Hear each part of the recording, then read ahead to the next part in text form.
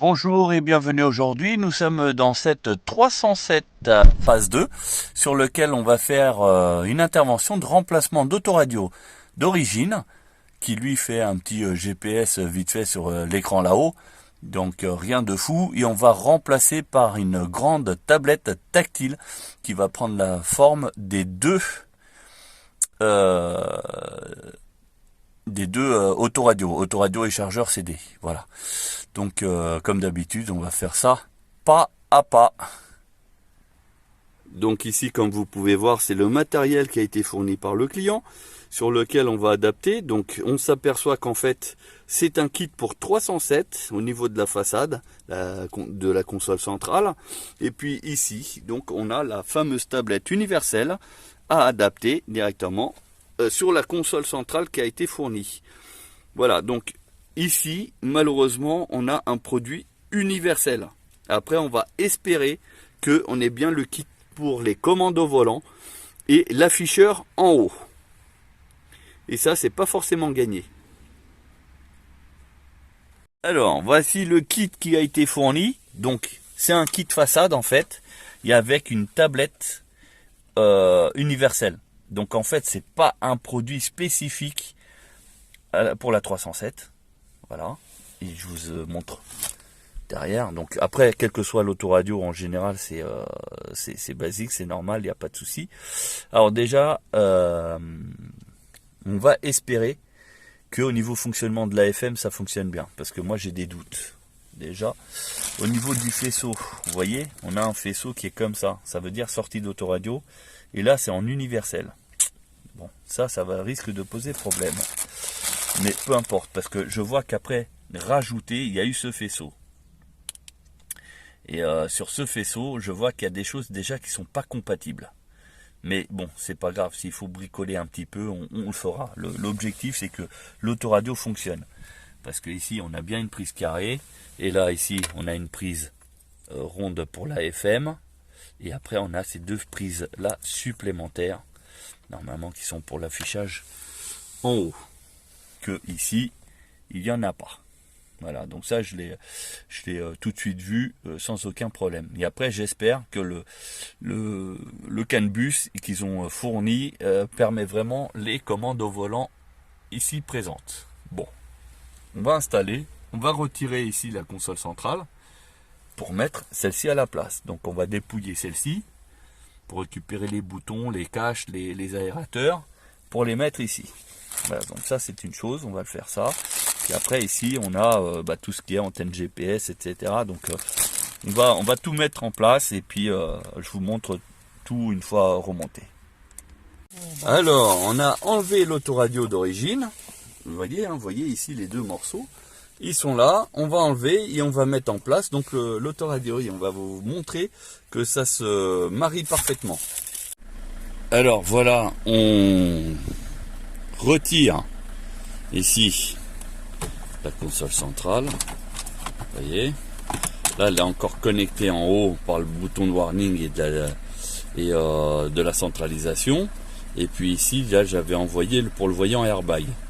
Voilà, donc je vais retirer ça proprement et puis on va habiller celui-ci où j'ai déjà mis en fait la tablette, j'ai déjà fixé et puis on va remettre ça tout en place. Allez, c'est parti, on continue. Voilà, donc on a réussi à défaire l'intégralité de la console centrale du tableau de bord. Donc comme vous pouvez voir, on a tout défait. On a eu accès au câblage, donc là on a tout dépouillé, on a récupéré les ventilateurs, enfin les bouches de ventilation qu'on a intégrées sur celui-là.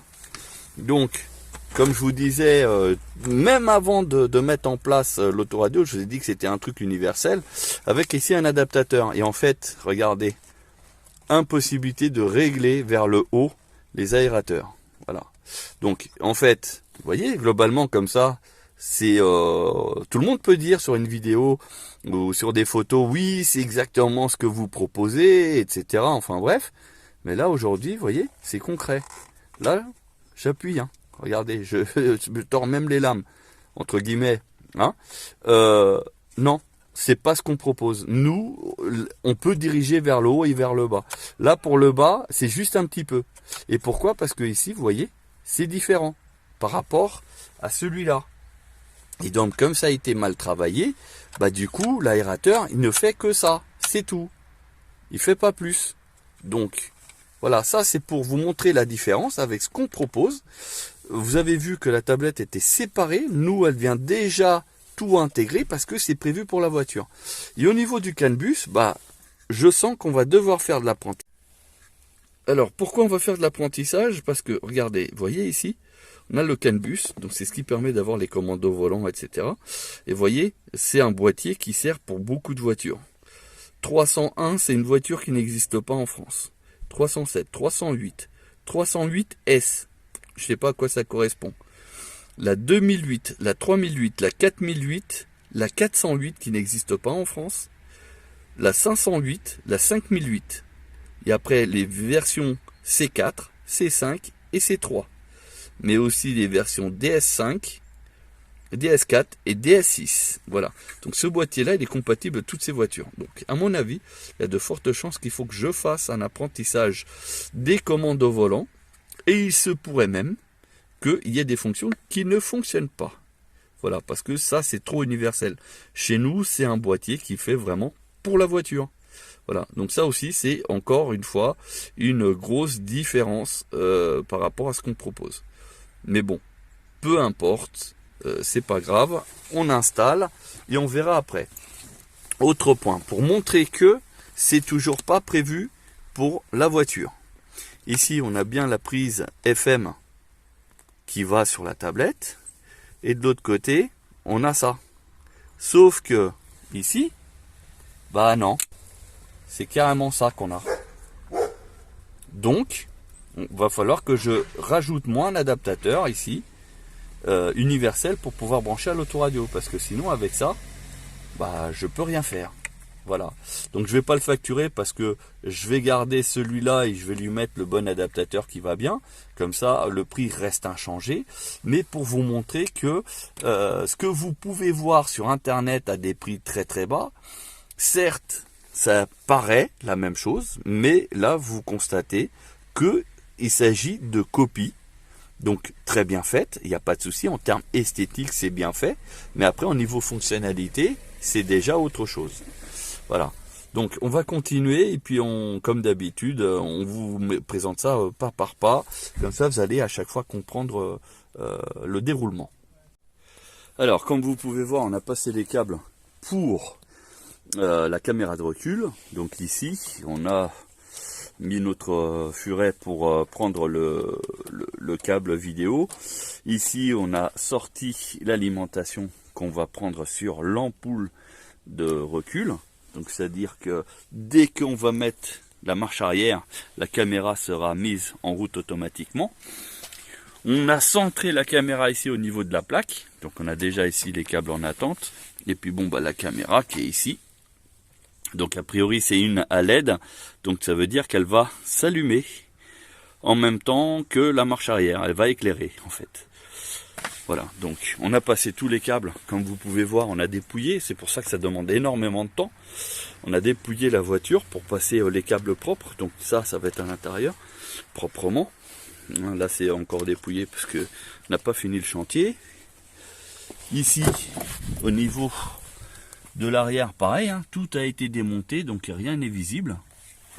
Ici, et puis après, là, on a passé donc les câbles ici à l'intérieur pour les ressortir ici, comme vous pouvez voir l'antenne GPS comme d'habitude et la vidéo pour la caméra. Voilà, donc repérage en fait de l'éclairage, enfin de l'activation de la marche arrière ici.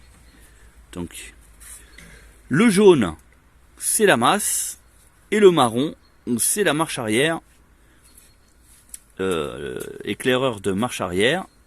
Et donc on se pique dessus pour la caméra.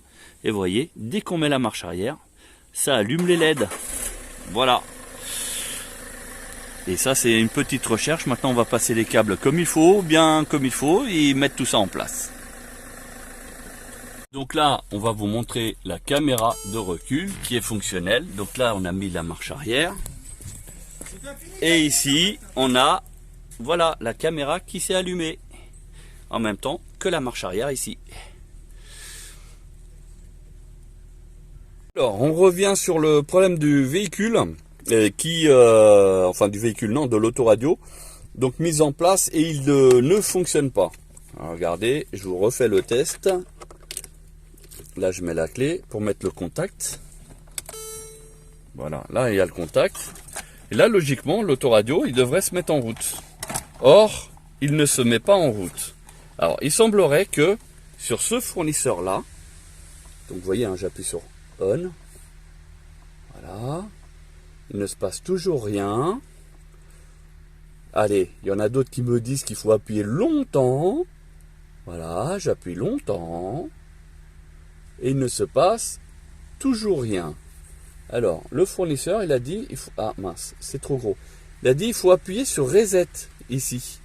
Donc là, j'ai un truc qui est trop gros. Donc je vais chercher quelque chose de très pointu.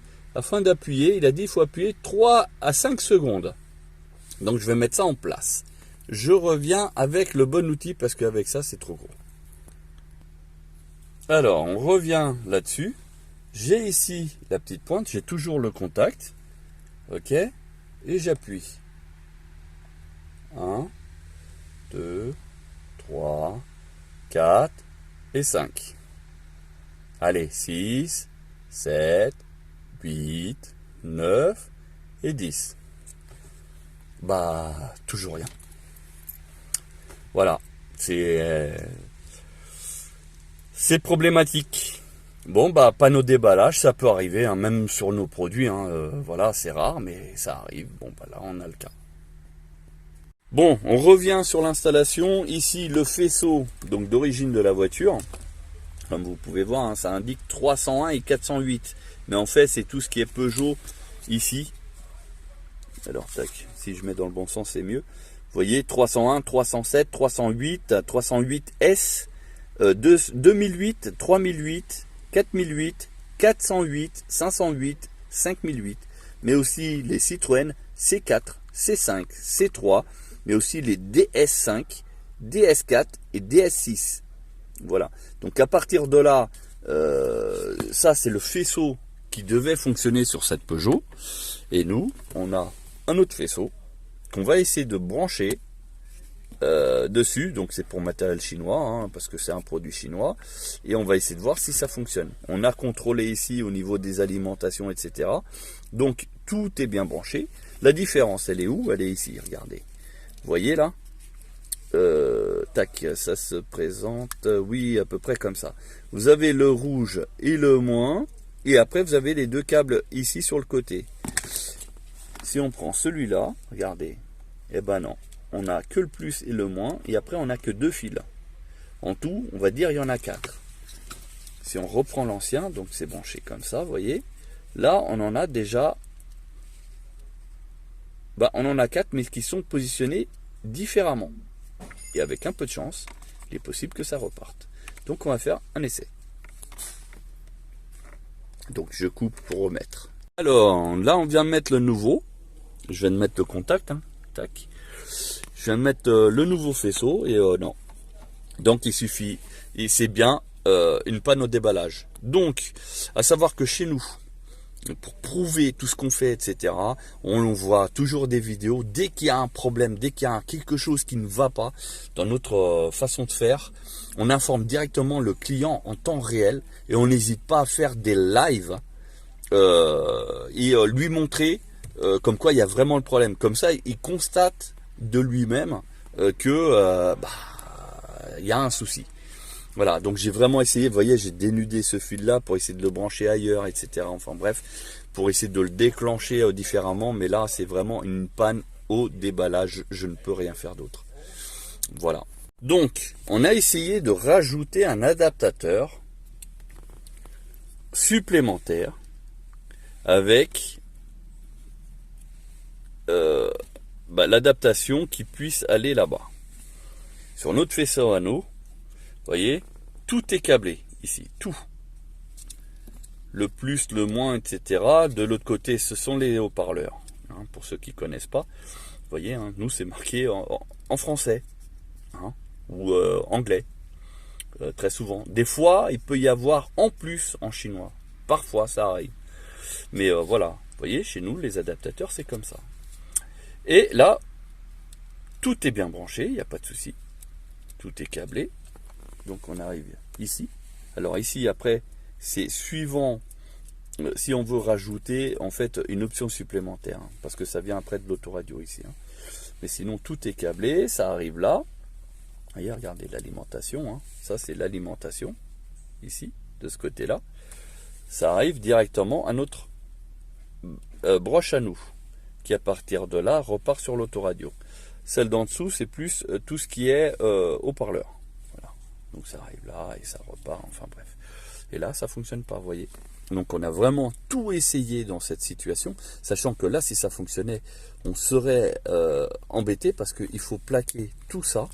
Donc là, il y a à peu près 40 cm de câble, plus l'épaisseur des prises, pour insérer là-dedans. Et là, on aurait été un petit peu mal. Mais là, ça ne fonctionne pas. Mais on apporte des preuves comme quoi on a vraiment tout essayé pour que cette autoradio fournie par le client puisse fonctionner. Et là, regardez, le contact, il est mis, hein, et l'écran, il est toujours noir. Voilà. Bon, c'est pas grave.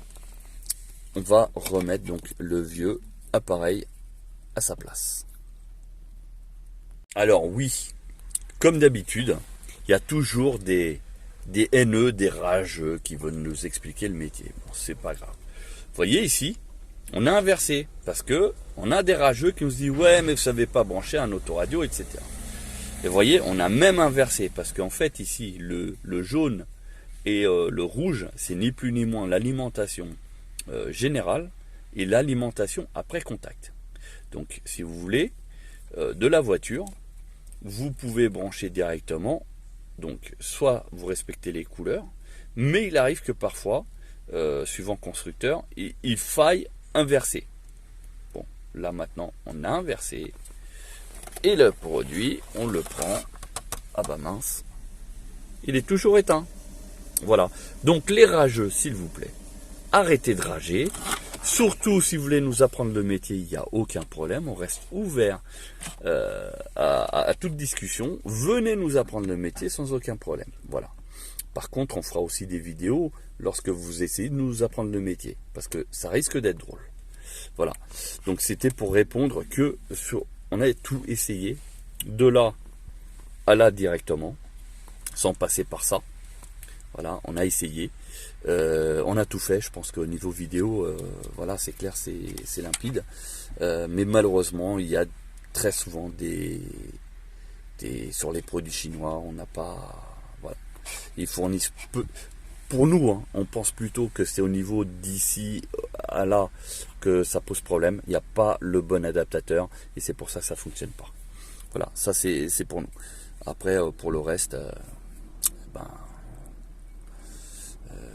normalement tout est passé, vous voyez les câblages, on a même isolé ici, donc là j'avais commencé à retirer, on avait isolé parce que comme il y a une partie métallique qui peut toucher éventuellement le métal du fond là-bas, etc., donc ça peut provoquer des parasites, donc vous voyez c'est pour ça qu'on a mis un scotch pour isoler. Voilà, ça peut paraître pour certains oui du bricolage, mais on a constaté que beaucoup n'isolent pas, et il suffit qu'une vibration vienne faire toucher le métal là-bas ou là-bas, enfin peu importe, même sur le châssis de l'autoradio hein, d'ailleurs, et ça peut provoquer des parasites, une image qui est pas terrible. Voilà, donc nous on préfère toujours isoler un peu, ça mange pas de pain, et voilà. Donc là une autre vidéo sur laquelle on met un autre adaptateur ici qui part sur un autre adaptateur. En fait deux possibilités, c'est soit on rebranche ici, voilà, parce que tout était branché. En fait, c'est un double adaptateur. Hein. Ou soit on branche ici, donc là j'ai branché que la ligne, parce que moi ce que je veux c'est avoir une alimentation. Le son, je sais que lui il fonctionnera derrière, il n'y a pas de souci, donc je le branche pas. Je fais déjà, donc ici, pour ceux qui ont suivi par rapport à tout à l'heure, donc là on a vraiment normalement c'est d'ici, ça part directement avec un adaptateur ici. Donc là on a changé, adaptateur toujours Peugeot Citroën, français ou anglais.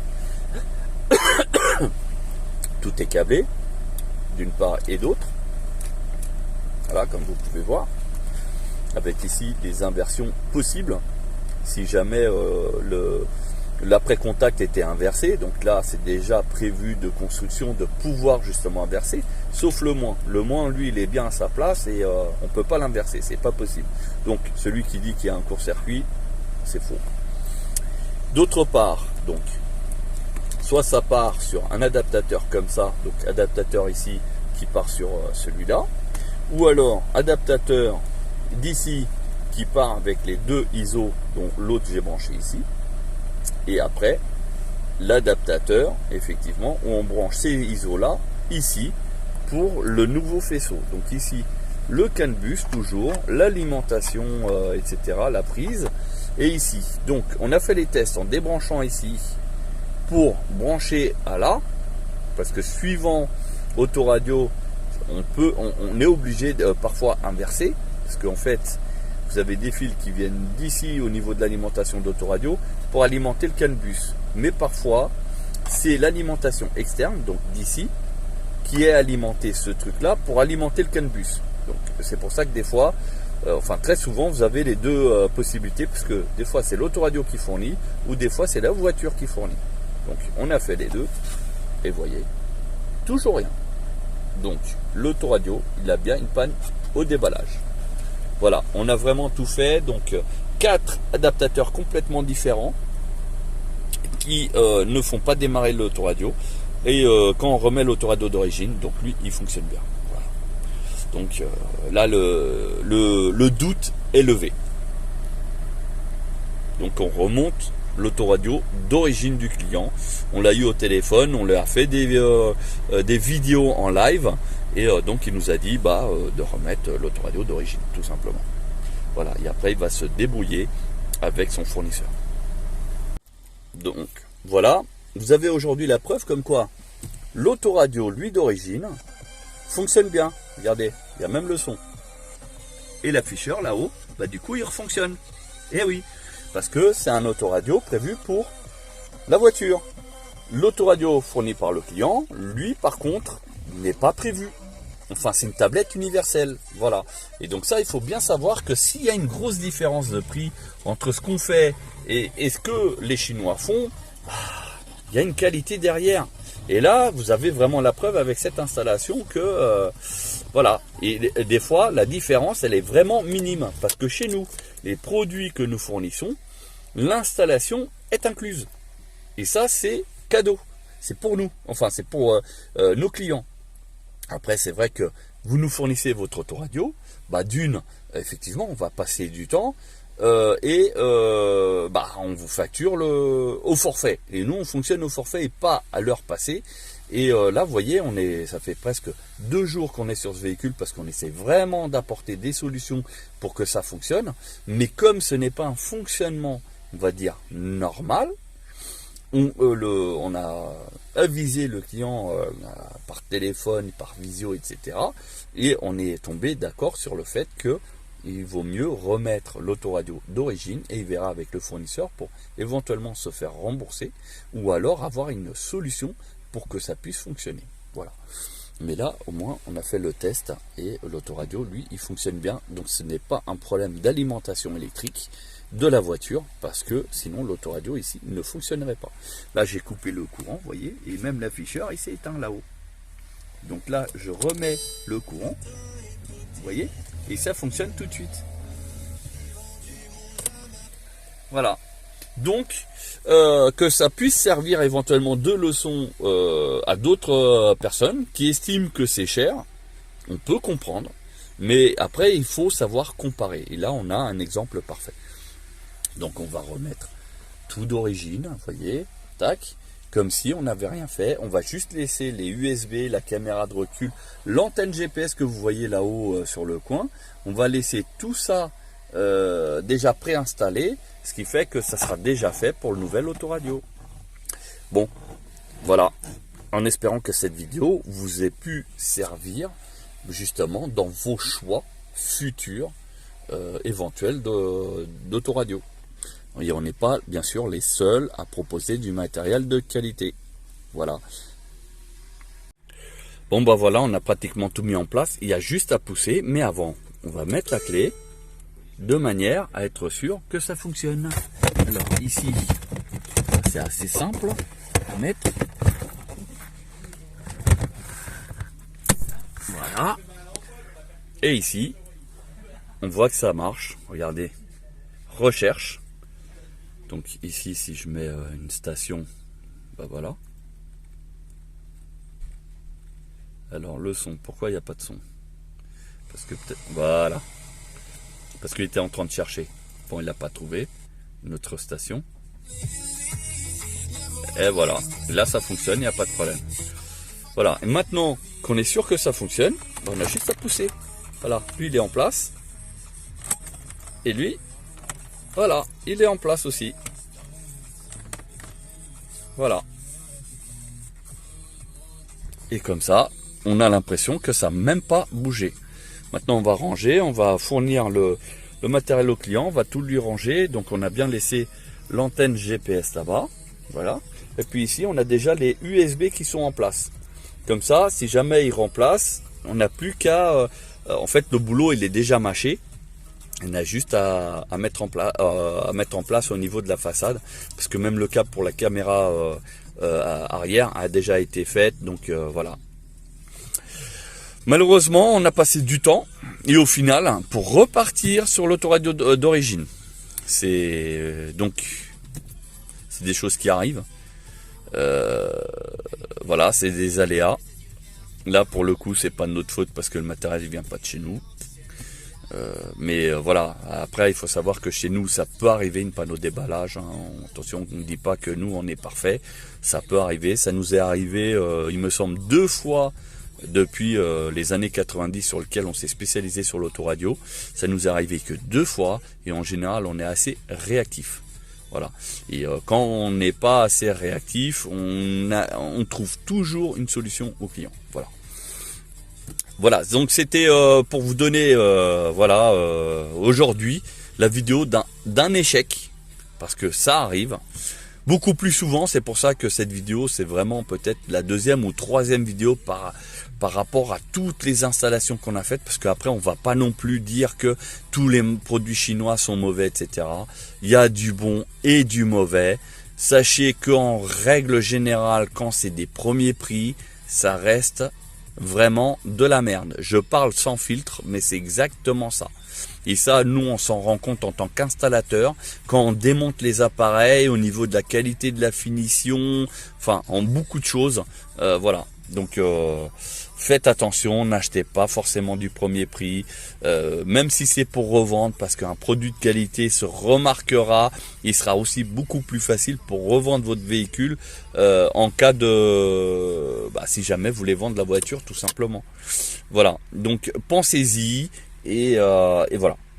Et pour ceux qui veulent éviter de se faire avoir, n'hésitez pas à nous contacter pour un devis. Et à partir de là, vous pouvez faire un devis ailleurs, sans aucun problème. On sait déjà que pour tout ce qui est modification d'autoradio, etc., on est dans les moins chers, parce qu'on a des gens qui viennent pratiquement partout de la France. Et notre particularité, c'est qu'on n'est pas loin de Disney, donc on est en Seine-et-Marne, région parisienne, on n'est pas loin de Disney. Et l'avantage, c'est que sur une grosse installation avec caméra de recul, ça nous prend à peu près une journée de travail. Mais l'avantage, c'est qu'on vous prête un véhicule, vous pouvez aller à Disney avec le véhicule. Et enfin, vous pouvez aller jusqu'à Disney. Et à Disney, si vous voulez, vous pouvez aller jusqu'à Paris, vous balader, etc. Voilà, c'est notre seule différence avec les autres. Sur ce, je vous souhaite une bonne journée et à bientôt.